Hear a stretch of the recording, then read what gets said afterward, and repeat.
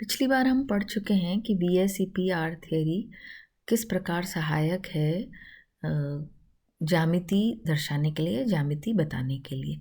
तो उन सभी फैक्टर्स को डिसाइड करते हैं कि मॉलिक्यूल का शेप क्या रहेगा, वो इन फॉलोइंग पॉइंट्स पर निर्भर करता है। तो ये कुछ पॉइंट्स हैं जिन पर ये निर्भर करेगा कि किसी मॉलिक्यूल का शेप क्या होगा। पहला पॉइंट है, if the central atom is surrounded by bonding electrons, only then its shape is regular. For example, methane is in tetrahedral shape. किसी भी केंद्रीय परमाणु का जब वो किसी भी केंद्रीय परमाणु जब बंधी इलेक्ट्रॉन द्वारा घिरा रहता है या सराउंडेड रहता है, तो उसका जो शेप है वो रेगुलर रहता है। उदाहरण के लिए जैसे हम मीथेन ले लें और उसकी ज्यामिति चतुष्फलकीय ले लेते हैं।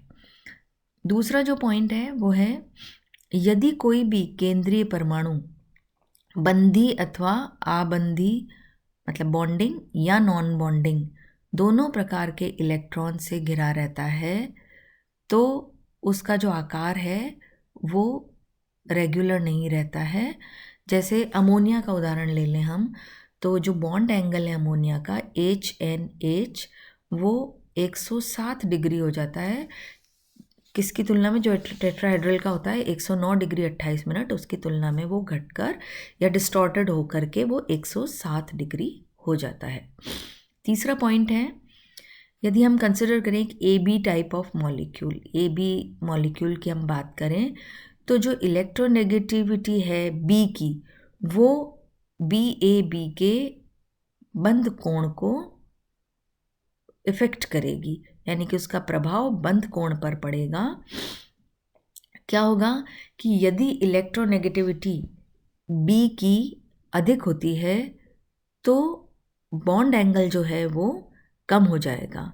जैसे यहाँ हम उदाहरण के लिए ले रहे हैं कि Pi3, PBr3, PCl3 और PF3 ये सब हैलाइड्स हैं फॉस्फोरस के। तो आप देखिए जो बॉन्ड एंगल है वो Pi3 का सबसे अधिक होगा, PBr3 का 101 डिग्री उससे कम, और PCl3 का 100.1 डिग्री और PF3 का 97.8 डिग्री। यानी कि जो इलेक्ट्रोनेगेटिविटी है वो फ्लोरीन की अधिकतम है, इसलिए उसका जो बॉन्ड एंगल है वो कम होगा। यानी कि हम कह सकते हैं कि बॉन्ड एंगल और इलेक्ट्रोनेगेटिविटी यहाँ पर इन्वर्सली प्रोपोर्शनल हैं। अब यहाँ पर क्या है, चौथा पॉइंट, कि जो रिपल्शन फोर्स है किसी भी फुली फिल्ड शेल के बॉन्डिंग इलेक्ट्रॉन्स या हाफ फिल्ड शेल के बॉन्डिंग इलेक्ट्रॉन्स के मध्य में जो भी रिपल्शन फोर्स है, तो वो किसका अधिक होगा। उन रिपल्शन ऑफ बॉन्डिंग इलेक्ट्रॉन्स जैसे हाफ फिल्ड वालों का कम होगा और फुली फिल्ड वालों का ज़्यादा होगा। जैसे हम उदाहरण के लिए ले लें H2S, और उसमें जो S है उसकी कैपेसिटी कितनी है, जो S में 18 इलेक्ट्रॉन्स की है, लेकिन वो 8 इलेक्ट्रॉन्स द्वारा ही सराउंडेड है। जल में ऑक्सीजन की कैपेसिटी 8 की और वो 8 इलेक्ट्रॉन्स द्वारा ही सराउंडेड है। तो जो रिपल्शन ऑफ बॉन्डिंग इलेक्ट्रॉन्स होगा वो H2S में कम होगा और HSH एंगल भी उसका कम होगा, किसकी तुलना में, जल की तुलना में, HOH की तुलना में।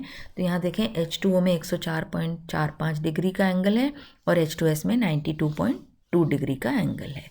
फिफ्थ पॉइंट है कि यदि किसी भी नॉन बॉन्डेड इलेक्ट्रॉन्स को ऑक्यूपाई करना है किसी ऑर्बिटल को और उसकी एक से अधिक पॉसिबिलिटी बनती है, तो चॉइस क्या होगी, चॉइस वो होगी जिसमें लोन पेयर रिपल्शन मिनिमम हो, यानी कि लोन पेयर प्रतिकर्षण जिनका न्यूनतम होगा वो पॉसिबिलिटी नॉन बॉन्डेड इलेक्ट्रॉन्स को ऑक्यूपाई करने के लिए चुनी जाएगी। तो इन सारे फैक्टर्स को जो हमने अभी डिस्कस किया उनको ठीक से समझाने के लिए हम कुछ उदाहरण का उपयोग करते हैं। अब पहला उदाहरण हम लेते हैं अमोनिया मॉलिक्यूल्स का। इसमें जो इलेक्ट्रॉनिक कॉन्फ़िगरेशन है सेंट्रल एटम नाइट्रोजन का वो क्या है 1s2 2s2 2px1 2py1 और 2pz1। तो यहाँ पर क्या है 1 full filled 2s orbital and 3 half filled p orbitals, यानी कि 1s2 तो है ही, 2s2 फुली फिल्ड है और px py और pz ये तीनों हाफ फिल्ड ऑर्बिटल्स हैं। इससे क्या होगा 4sp3 हाइब्रिड ऑर्बिटल्स बन जाएंगे, जिनमें से एक के पास में पेयर ऑफ इलेक्ट्रॉन होगा जो किस प्रकार एक्ट करेगा लोन पेयर ऑफ इलेक्ट्रॉन्स की तरह, और जो 3sp3 ऑर्बिटल्स हैं वो क्या है उनमें से एक अनपेयर्ड इलेक्ट्रॉन्स वाला होगा जो ओवरलैप करेगा किनके साथ 3 1s orbitals of hydrogen atoms. जो हाइड्रोजन NH3 की हम बात करें, जो हाइड्रोजन एटम्स होंगे वो उनके साथ ओवरलैप करेगा 1s ऑर्बिटल किसके हाइड्रोजन एटम के साथ में। तो उससे क्या होगा एक पिरामिडल स्ट्रक्चर बनेगा अमोनिया का। और इसलिए इसमें जो इस मॉलिक्यूल में HNH का जो एंगल है वो 160 डिग्री 48 मिनट का होगा। टेट्राहेड्रल का कितना होता है 109 डिग्री 28 मिनट, उसकी तुलना में इसका 160 डिग्री 48 मिनट होगा। ये इसलिए होता है क्योंकि जो रिपल्शन फोर्स लोन पेयर और बॉन्ड पेयर के मध्य लग रहा है वो एक्ट कर रहा है इसमें, तो उसके कारण इसका एंगल 109 डिग्री 28 मिनट से घटकर 160 डिग्री 48 मिनट हो जाता है। यहाँ पे डायग्राम में देखिए अमोनिया का स्ट्रक्चर दिखाया गया है। 3 H हैं, सिग्मा बंध बन रहा है, lone pair bond pair repulsion इधर हो रहा है और एंगल जो है वो घट करके 160 डिग्री 48 मिनट हो रहा है। तो ये था अमोनिया का एग्जाम्पल, और इस तरह से ये ज्योमेट्री डिटेक्ट करने में VSEPR थियरी सहायता कर रही है। अब देखिए अगला उदाहरण हम लेते हैं H2O का। तो electronic configuration central atom oxygen का क्या हो गया 1s2 2s2 2p2 2py1 2px2 2py1 और 2pz1। तो दो फुली फिल्ड ऑर्बिटल्स हैं 2s और 2px2, मतलब 2px उसमें भी पूरे हैं, पेयर बन रहा है, और दो हाफ फिल्ड ऑर्बिटल्स हैं 2py और 2pz जिनमें एक एक इलेक्ट्रॉन है। ये हाइब्रिडाइज करते हैं, संकरित होते हैं और 4sp3 हाइब्रिडाइज्ड ऑर्बिटल संकरित कक्षक बनाते हैं, जिनमें से दो के अंदर तो दो दो इलेक्ट्रॉन होंगे, तो इनमें दो लोन पेयर ऑफ इलेक्ट्रॉन्स की हम बात करेंगे, और जो दो शेष रह गए कक्षक हैं उनमें अनपेयर्ड इलेक्ट्रॉन्स हैं। ये ओवरलैप करेंगे किसके साथ 1s ऑर्बिटल किसके हाइड्रोजन के साथ, और एंगुलर कोणीय जो है वो इसकी ज्योमेट्री होगी V शेप। और क्योंकि इनमें दो लोन पेयर ऑफ इलेक्ट्रॉन्स उपस्थित हैं तो लोन पेयर बॉन्ड पेयर और लोन पेयर रिपल्शन फोर्स इनमें एक्ट करेगा और इससे इनका एंगल भी डिक्रीज हो जाएगा। डायग्राम में बिल्कुल स्पष्ट है, कोणीय संरचना बन रही है V शेप और एंगल डिक्रीज होकर के 104 डिग्री 31 मिनट हो गया है। अगला उदाहरण है H2S का। H2S भी जल के समान ही है, पर बॉन्ड एंगल जो है उसका और कम है। क्यों? क्योंकि इसमें जो वैलेंस शेल है सल्फ़र की वो मैक्सिमम कैपेसिटी की बजाय और कम सराउंडेड है।